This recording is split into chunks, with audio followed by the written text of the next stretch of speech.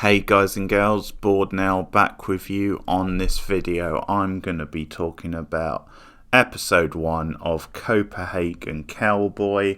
The episode is called Mir the Mysterious. Full spoilers from the start of this video as always, and Mir the Mysterious, certainly an intriguing title, and it's a fair enough title given the premise and the setup of this show.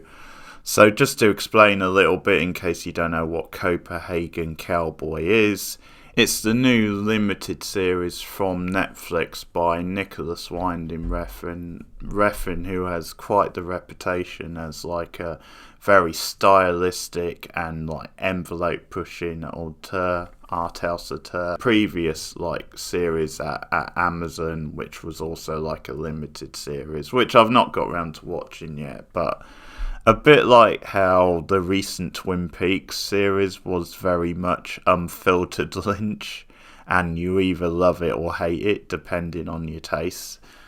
Certainly, like Refn's previous series at Amazon had that feeling from what I've heard. Is that you have this girl Mir, an immigrant in Denmark, and she's taken in by this family, by this woman who kind of draws an attachment to her but is very demanding of her, and she wants her to be. The Mir has some sort of magic sort of gift. He's meant to bring good luck. So as part of that, the mother of this house wants her to like bless her in giving her a baby, helping her conceive. House is filled up with like different girls who have come from other countries, and they're being taken in by this family to perform sort of thing. They must be like workers for them. So the son of this woman has like an exotic dancers like type business, so a lot of girls go to him, but the mother insists that no, Mir stays with me, she works for me. Life sort of issues as well, so like to do with like trafficking and to do with people coming from other countries who get involved in like the underworld and like don't always have a lot of options outside of that. It's like their one way to make money, so it is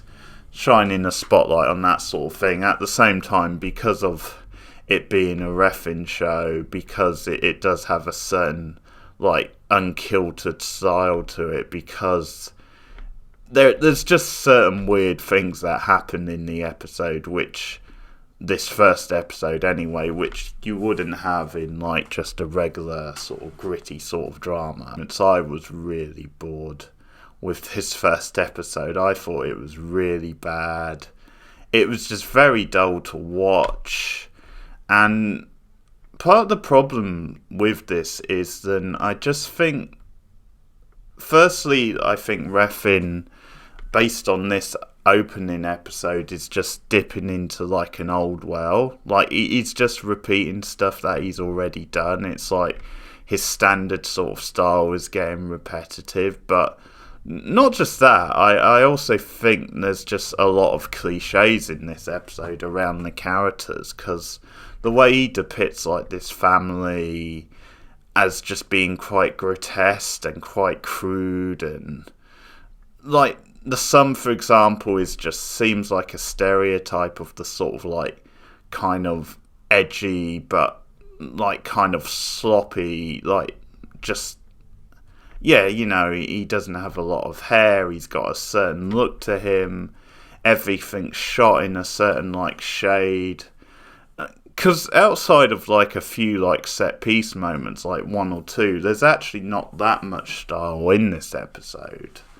Like a lot of it is very like muted sort of tones, and that can work, but I don't think it's muted in a way that it's really justified. It's just kind of ugly to look at, a lot of it, and not in a good way, not for the story, but yeah, I just felt that about the characters, that then he was just going to certain cliches about like underworld characters that we've seen a lot of times before, and it doesn't seem like he's adding a lot to that. It just sort of seems that he's just going for the standard type story. Now, obviously, we need to see the other episodes, or at least I'm going to check out another episode to see where he goes for it. But there's something to be said that maybe he does need a film, like a one-off film length, to restrict himself. Now, I don't know if that's a problem yet in this case, because it's one episode, and I don't know if it's a problem outside of that. Because actually, although there's some weird stuff happening in this episode and a bit of like a mystery in the background, there's not that much which is actually that sort of weird or trippy or like form reference yet. From what I've heard, it does become that, so I'm thinking maybe we'll see more of that as the episodes go on. But at the moment, I think the main problem is that I'm just not into the characters. I don't find them that interesting to watch. I think a couple of scenes you're meant to have some quirky black humour with some of the characters, but that didn't really grab me neither. And I think another thing to show an example of like the cliches of it is then we open with a scene in like a barn, like on a farm, and it involves some pigs. And we return to that at the end of the episode where, like, this one character is, like, she's basically killed there. But once again, they're going back to this thing, this, like, metaphor of, like, being treated like an animal type thing. Like, these girls being treated like animals and then comparing it to, like, the animals, the pigs in this case, on this farm, in this barn. And that's just been done so many times, and it's just a bit of a clunky metaphor at this point. You know, I would have thought someone like Refn would have come up with something a bit more original. Maybe he still will. So there's a couple of things I like about it. I think the lead girl is good. She's quite natural. You can see her naturally being quite nervous around these characters. Like, it's unpredictable how they're going to act. Can she really trust them? Like, yeah, there's like trust issues with the mother character. Can she really trust her? Because at one point she sort of figures then for her own sake to stay in the country, it's better to maybe just bite the bullet and go and work with the son. And she starts getting ideas because you see this tension between the mother and her son, and just mere getting more like intrigued when she sees an advert on TV, like him sort of advertising with some girls, and the mother is trying to like shield her from that. But you definitely get the idea that the mother doesn't really care. Like, she's just got her around because it's like a lucky charm type thing.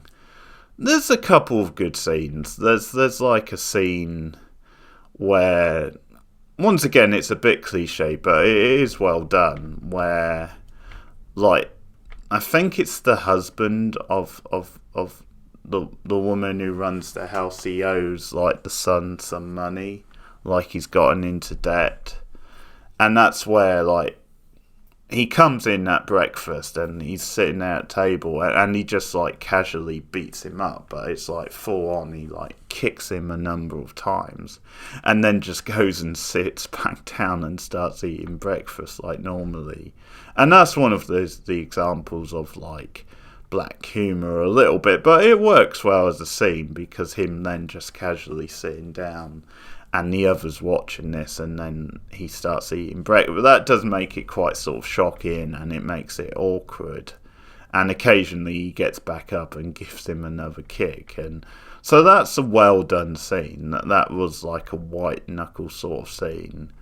And that's when he gets the idea that he says to his mum, well, maybe she can work it off for him because we need to get the money. Because he's threatening his life, basically. And the other thing that was like interesting, but it's disappointing because of the way the episode ended, was you have this friendship building between Mia and one of the other girls. Because you get this situation where, like, she's hated by most of the girls there, partly because she's given special treatment by the woman of the house, and so they start bullying her. And that's another thing where I just thought, yeah, this is a bit on the nose. This is a bit, I don't know, just a bit forced. Like, I didn't really buy it would be like this. You know, I don't know. It just felt like a bit of a cliche that in reality, and I know it doesn't always have to be like realistic, but I just thought, would they really bully this girl? Would, like, they're all in the same boat, but I guess they're going for that, you know, like survival of the fittest type vibe. But it was just a bit over the top the way they were like ganging up on her and bullying her. And there's some bad dialogue in this. That's the other thing to say, because they have some really cheesy dialogue, some really weird dialogue about, you know, washing like them, like her pussy sort of thing, that being the woman of the house, and some weird line about porridge thrown in there. So it's like, what the fuck was that about?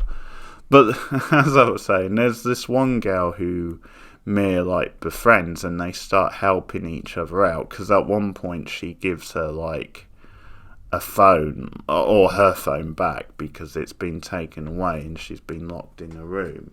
And we find out this one girl is like trying to contact her mother back home, and they've been stopping her from contacting her. So she actually gives her her phone back to like ring the mother, and she leaves a message and stuff. But so they start helping each other out, and there's a scene where they just sit together in the garden, and the other girl tells me that, like, don't take it to heart, you know, the other girls here, that's just the way they are. And they start looking out for each other, and I did get a little bit into their relationship, like their sort of connection, and that they were going to start helping each other out.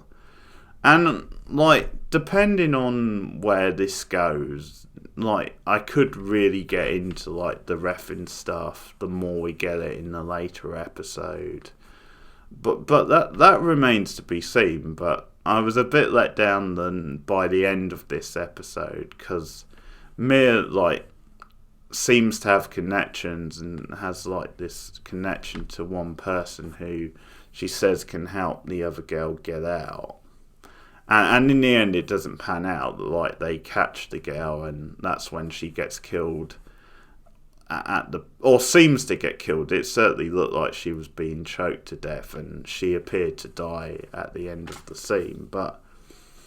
And because I'm assuming there's maybe going to be, like, her parents looking into this and searching for her, so that could become a thing. But yeah, at the same time, that just seems a bit of a missed opportunity just to kill her off like that. It just seemed like they could do something with those characters. Like, maybe it's just not going to be that sort of show, but that was a bit of a letdown, because a lot of the other characters I'm not into, really.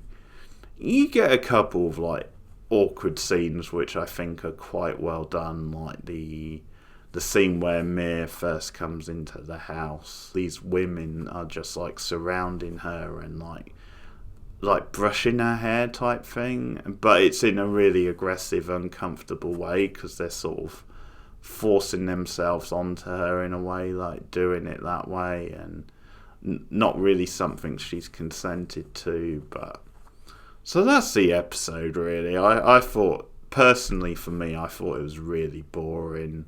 There wasn't enough of, like, the reffing style coming through to save it, and I think it's just that a lot of this stuff is quite repetitive now. There didn't seem to be that much original, and even a lot of, like, the weirder type scenes, it just felt like they were forced on, like, weird and arty for the sake of it, rather than because you really needed it. And 6 episodes, so I may stick with it. I'll do the second episode, and I'll see how I go after that. But That's episode 1 of Copenhagen Cowboy. Let me know your thoughts in the comments below. Like and subscribe as always. Share me out on social media. I'll see you again soon, guys. See you later.